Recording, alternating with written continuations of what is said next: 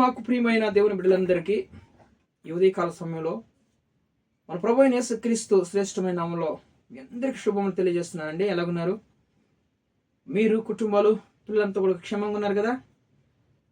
క్షేమంగా ఉన్నారని నేను నమ్ముచున్నాను.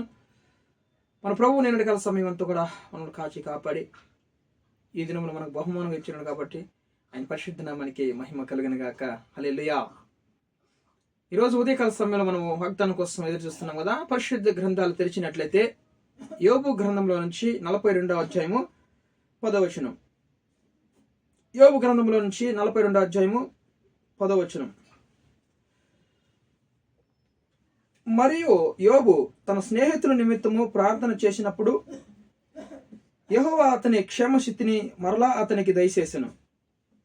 మరియు యోబునకు పూర్వము కలిగిన దానికంటే రెండంతలు అధికముగా యెహోవా అతనికి దయచేసెను. Praise the lord. హల్లెలూయా. దేవుని పరిశుద్ధ నామానికి మహిమ కలుగును గాక. ఈరోజు యోబునకు పూర్వము కలిగిన దానికంటే రెండంతలు అధికముగా యెహోవా అతనికి దయచేసెను. చూసారా?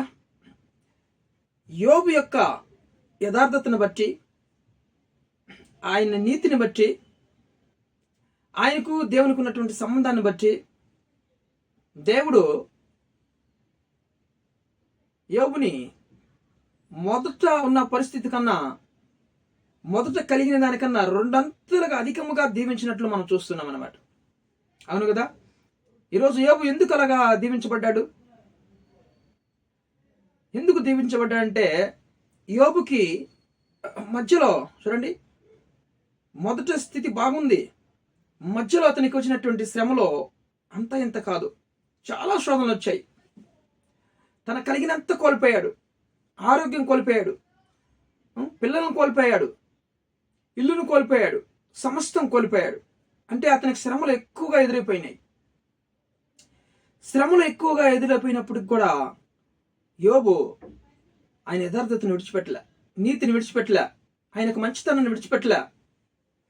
తన స్నేహితులందరూ కూడా వచ్చి గుచ్చి మాట్లాడినప్పటికీ, నువ్వు పాపం చేయకుంటే నీకు ఎందుకు ఈ స్థితి, ఈ దురస్థితి ఎందుకు వచ్చింది నీకు, ఈ గతి ఎందుకు పట్టింది నీకు, నువ్వు పాపం చేసిన వాడివే కదా, అందుకే కదా ఇలా పోయింది నీకు అంటూ వాళ్ళు గుచ్చి మాట్లాడినప్పుడు ఆయన హృదయంలో చాలా బాధ కలిగింది.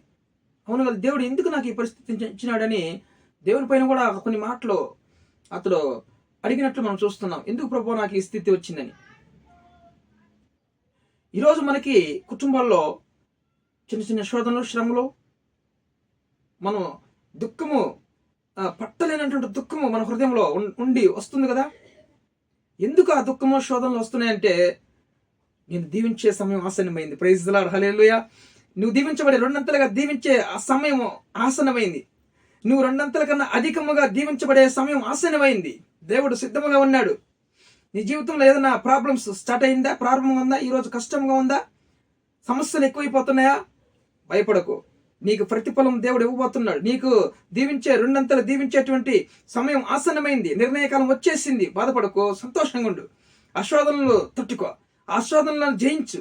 ఆశోధనలు గట్టిగా జయించాలి. నువ్వు అటు ఇటు కదలకుండా, ఎవరిని దూషించకుండా, దేవుని దూషించకుండా నిలబడు. శోధనలు నిలబడు. నిన్ను దీవించే సమయం ఆసన్నమైంది. నిన్ను రెండంతలుగా అధికముగా దీవించే సమయం ఆసన్నం అయిపోయింది. యోబు కలిగినటువంటి పరిస్థితి మన అందరికీ తెలుసు కదా. ఎందుకు ఆ పరిస్థితి వచ్చిందంటే యోబును మరలా ఎక్కువగా దీవించడానికి సమయం ఆసన్నం అయిపోయింది. దేవుని పరిశుద్ధ నామానికి మహిమ కలుగును గాక. మరి ఆయన యోబు ఏమంటున్నాడంటే, నిజముగా యోబుని అతని సహోదరులు ఏమంటున్నాడంటే, చూడండి యోబు గ్రంథము 11వ అధ్యాయము 14వ వచనంలో చూడండి, తన సహోదరులు ఏమంటున్నారు చూడండి. అతని దగ్గరకు వచ్చి, నీకు ఎందుకు ఈ స్థితి పట్టింది, ఆ స్థితిలో నుంచి నువ్వు బయటకు వచ్చి నువ్వు దేవుణ్ణి ప్రేమిస్తే నీకు ఆశీర్వాదం వస్తుందని చెప్తున్నారు వాళ్ళు. చూడండి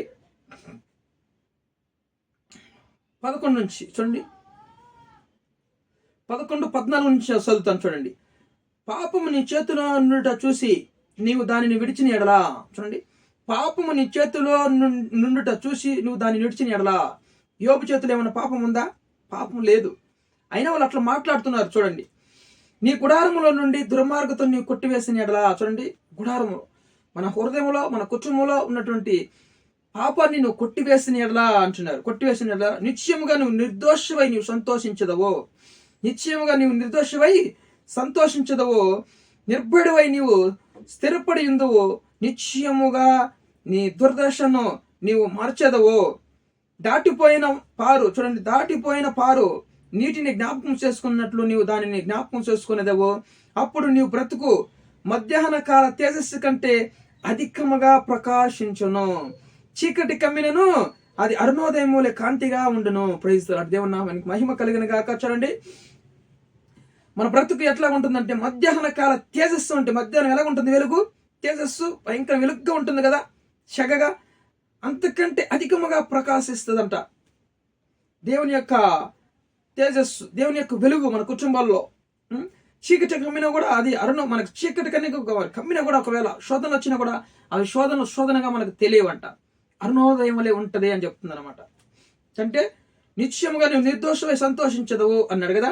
ఖచ్చితంగా దేవుడు అతన్ని అదే పరిస్థితిలోనికి దేవుడు నడిపించిన మరలా నిర్దోషి అయి అతడు బహుగా సంతోషించినట్లు యోబుని చేశాడు దేవుడు. దేవుని నామానికి మహిమ కలిగిన గాక. ఎస్, యోబు నిర్దోషి, ఆయన దోషం చేయలేదు, ఏ పాపం చేయలేదు, నోటి మాటతో కూడా యోబు దేవుని దూషించలేదు, పాపం చేయలేదు. తన స్నేహితులందరూ అడుగుతున్నప్పుడు ఆయనకి ఎంత బాధ కలిగింది కదా. నిశ్చయంగా చూడండి, మన గుడారంలో నుంచి దుర్మార్గతను మనం కొట్టివేసిన ఎడలా నిశ్చయముగా నిర్దోషులై సంతోషిస్తాం. మన గుడారంలో ఏదన్నా మరి పాపం ఉందా, ఏదన్నా పాప ఆలోచనలో హృదయంలో అనేకమైనటువంటి దుష్కార్యములు ఉన్నాయా, వాటన్నిటిని మన హృదయంలో నుంచి, మన గుడారంలో నుంచి కొట్టివేసిన ఎడలా, మన కుటుంబంలో నుంచి కొట్టివేసిన ఎడలా నిశ్చయముగా నిర్దోషమైన వారమై మనం సంతోషిస్తాం, ఆనందిస్తాం. అప్పుడు దేవుడు మనల్ని రెండంతలుగా అధికముగా దీవిస్తాడు. చూడండి, మొదట ఉన్న పరిస్థితి కంటే ఎక్కువగా రెండంతలుగా దీవించి మనకి అధికముగా మేలు చేస్తాడంట దేవుడు. ఎస్, యోబును అదే పరిస్థితి, అదే ప్రకారము దేవుడు దీవించాడు కదా. యెహోవా యోబును మొదట ఆశీర్వదించినంతకంటే మరి అధికముగా ఆశీర్వదించను. అధికముగా ఆశీర్వదించినట్లు మొదట మరి కొంచెమే ఉన్నది, కానీ అంతకంటే ఎక్కువగా అధికముగా ఆశీర్వదించినట్లు మనం చూస్తున్నాం అన్నమాట. ఈరోజు ఉద్యోగం లేదని బాధపడకు, వివాహం కాలేదని బాధపడకు, కరపం లేదని బాధపడకు, శోధనలు తట్టుకో. నిర్ణయకాలం వస్తుంది, నీ దేవుడు రెండంతలుగా దీవించేటువంటి ఆసన్నం అయిపోయింది, ఆ యొక్క కాలం ఆసన్నం అయిపోయింది. ఖచ్చితంగా నువ్వు దీవించబడతావు, రెండంతలుగా నువ్వు ఫలించబోతున్నావు, అధికంగా దేవుడు మనల్ని దీవించబోతున్నాడు. దేవుని పరిశుద్ధ నామానికి మహిమ కలిగిన గాక. అంతేకాకుండా మనము ఫలించడానికి మనం ఏం చేయాలంటే, ఫలించడానికి మనము దేవుడు కొన్ని ఆజ్ఞలు మనకి చెప్తున్నాడు. నిత్యముగా నువ్వు ఫలించాలంటే, నువ్వు ఆశీర్వదించబడాలంటే తగిన కాలం ముందు నీకు సమస్తం, వివాహము, ఉద్యోగము, వ్యాపారము, కుటుంబంలో పిల్లలు, గర్భఫలం, ఇవన్నీ కూడా వీటన్నిటితో నువ్వు ఆశీర్వాదకరంగా ఉండాలంటే మనం ఏం చేయాలంటే, చిన్న ఫార్ములా చూడండి, ఏం లేదు. చూడండి, దుష్టుల ఆలోచనను నడవక, పాపుల మార్గం నిలవక, అపహాసకులు కూర్చున్న చోటను కూర్చుండక, యెహోవా ధర్మశాస్త్రం నందు ఆనందించు, దివారాత్రం దాన్ని ధ్యానించేవాడు ధన్యుడు. అతడు నీటి కాలవల యోరన నాటబడినదై ఆకు వాడక తన కాలమందు ఫలమిచ్చి చెట్టు వలె నుండును. అతడు శ్రేయునదంతయో సఫలమగును. Praise the lord. దేవుని నామానికి మహిమ కలుగును గాక. నువ్వు చేసేదంతా కూడా సఫలమైపోద్ది. ఉద్యోగానికి మరి ఇంటికి వెళ్తున్నావా, సఫలమైపోద్ది. వ్యాపారం చేయడానికి వెళ్తున్నావా, నీ వ్యాపారం సఫలమైపోద్ది, ఆశీర్వించబడుతుంది. నీ గర్భఫలం లేదా, నీ గర్భఫలం సఫలమైపోతుంది, దేవుడు ఆశీర్వదించేస్తాడు. కుటుంబంలో సంతోషం లేదా, నీకు సంతోషకరంగా నువ్వు ఫలిస్తావు, కుటుంబంలో ఆనందకరంగా ఉంటావు. దేవుని పరిశుద్ధ నామానికి మహిమ కలగనగా. 3 ఫార్ములా చూడండి. 4వది, దేవుని యొక్క ధర్మశాస్త్రం ఆనందించు, దేవుని మాటలను పట్టుకొని ఆనందించు, బహుగా ప్రభునందు మరి ఎల్లప్పుడూ ఆనందించండి అని చెప్పినాడు కదా పౌలు గారు కూడా. అపోస్తలుడైన పౌలు గారు ఆనందకరంగా ఉండాలి, ధర్మశాస్త్రం చదువుతూ దాని యందు ఆనందిస్తూ దివారాత్రం దాన్ని ధ్యానిస్తూ ఉంటే నిజంగా మనకి ఆనందకరమైన జీవితం మనకు ఉంటుంది అనమాట. సంతోషంగా ఉంటాం. మనం ఏది చేసినా కూడా సఫలమైపోతుంది, మట్టి పట్టుకున్న మాణిక్యం అయిపోతుంది. నీతిమంతుల మార్గము యెహోవాకు తెలియను. ఎస్, యోబు నీతిమంతుడు. అతని యొక్క మార్గము, అతను ఏ పాపం చేయలేదని దేవుడికి తెలుసు, అతను ఏ దుష్కారం చేయలేదని దేవుడికి తెలుసు. కాబట్టి నీతిమంతుల మార్గము దేవుడికి తెలుసు అంట. అందుకనే బహుగా రెండంతలుగా కాకుండా అధికముగా ఆశీర్వదించాడు యోబుని. ఈరోజు నువ్వు ఫలించాలంటే ఈరోజు చెప్పబడిన ఫార్ములాను పాటించు, ఈ యొక్క 3 ఆజ్ఞలు పాటించు.